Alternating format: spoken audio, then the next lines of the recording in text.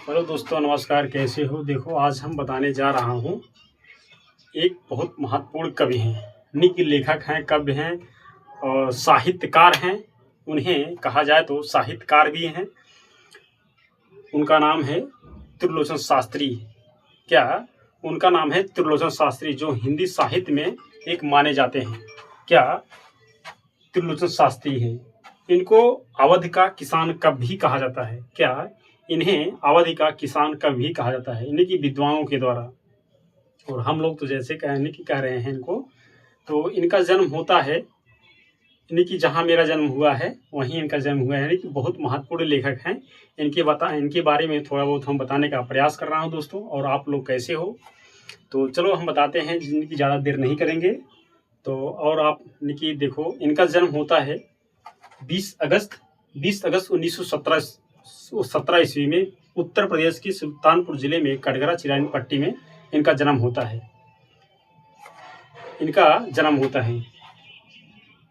इनका मूल नाम है वासुदेव सिंह है। क्या इनका मूल नाम है वासुदेव सिंह है। तो पहले नाम है इनका त्रिलोचन शास्त्री जी हैं।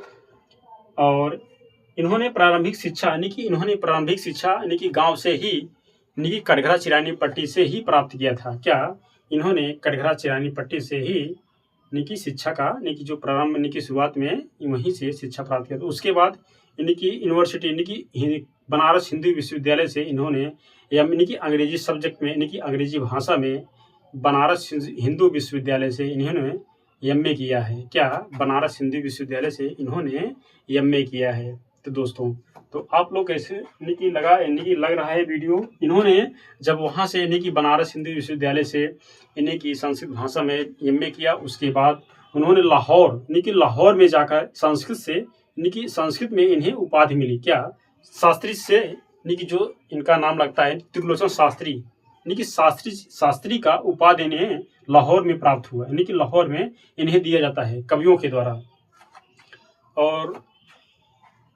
और जो इनकी यानी कि एक रचना है, यानी कि शुरुआत, यानी कि प्रथम रचना है 1945 में, प्रथम यानी कि धरती प्रथम काव्य संग्रह है। तो आप लोग इनके बारे में पढ़ोगे तो मुझे बहुत अच्छा लगेगा, क्योंकि ये यानी कि सुल्तानपुर जिले के लेखक हैं। तो इनके बारे में थोड़ा थोड़ा बताने का प्रयास करूँगा, क्योंकि और साथियों, इनके बारे में इनकी जो इनका पत्रिकाएं हैं जो प्रकाशित होता है, यानी कि पत्रिकाएं भी लिखे हैं, जैसे वानर पत्रिका है, हंस पत्रिका है, प्रभाकर पत्रिका है। तो मेरा वीडियो कैसा लगा दोस्तों, और बताने का और पढ़ाने का, और आप लोग कमेंट, लाइक, शेयर, सब्सक्राइब